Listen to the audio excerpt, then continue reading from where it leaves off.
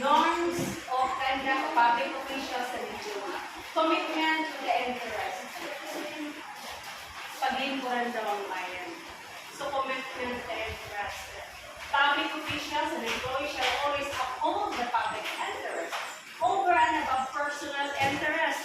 So, ayaw na hanggaw kanino mo na interest. If you are a public officials, you must to first do your job over your interest.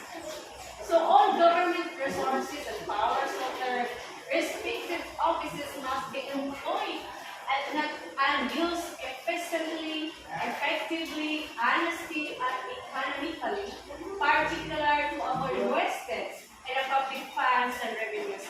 For example, no honesty. Medyo hirap-hirap na rin ang honest doon in a public office because kung mapansin lang mo yung mga public officials is kasi magsayo.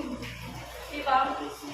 Oo, warasa. Tapos kung di rin mo makita sila ng hasa, di rin mo sila makita na sa iuhay mang trabaho. Tapos mostly, wala lang sa maray, there is corruption. Yes. Dapat iunang kung dito na ang trabaho. Do not waste the resources in the public officials.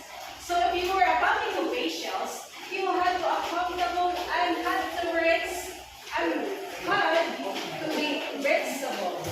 Lang pa ni James because AGs, lawyers, and judges. Lang pa na pag ikaw po ng public official, you must be accountable and reachable. Kung yan, before pagaling election, si konsihal, ano ka mo? Pero pag madawag ka si konsihal, isod na mo yan election. Hindi mo yan makitaan. So, ang taamoy ng vote pasabot, if you were a public officials, you have to be accountable and reachable. So, madali ka way doon. Mahirap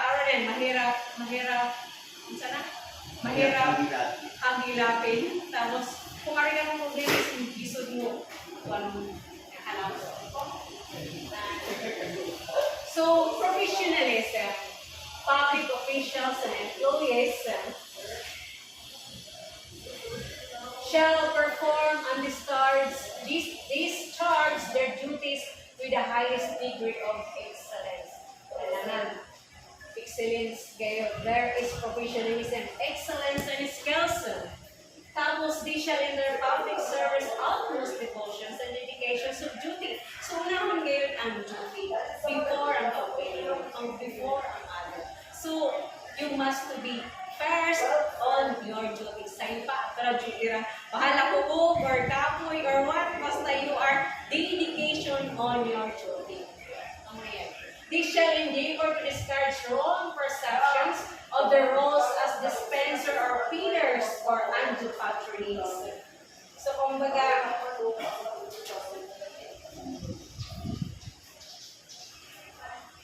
so huwag balat sibuyas. So, ito yung huwag balat sibuyas.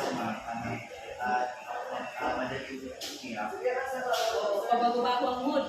Mostly, pabago-bago ang mood. Medyo kasi parang pag-aron ka sa public lab na sa opisina. Hindi ko lang i-mention ang name.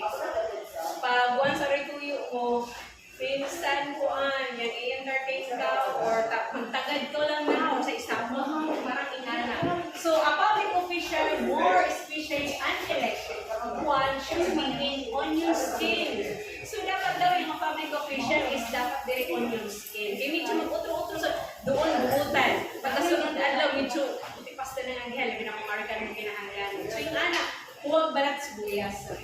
Strict personal discipline is expected and occupants of public office because a public official is a property of a public. So, ibalik, ako nagtatrabaho sa public office or government is property ako ng public o sa mga katauhan. So I am a property of a public. Yes. He is looked upon to set the example of how public officials should correctly conduct themselves, even in a case of extremes of provocation. So, kintahay, demanda or ikapidan, you must to set your mind ibalik sa mga katauhan na yung kinahanglan sa kanto na i-entertain them.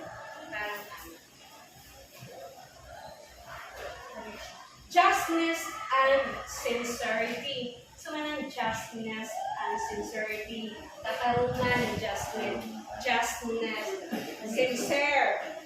So public officials and employees shall remain true to the people at all times.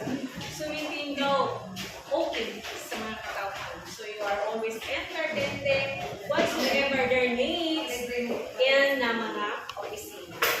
So they must take with justness and sincerity and shall not discriminate against anyone, especially the poor and the underprivileged. So ayaw i-discriminate yung mga kabos ng mga katauhan na bunuo sa opisina, labi na kung yung mga kinahanan. So very much sila dapat i-discriminate. That's all, ma'am. Thank you.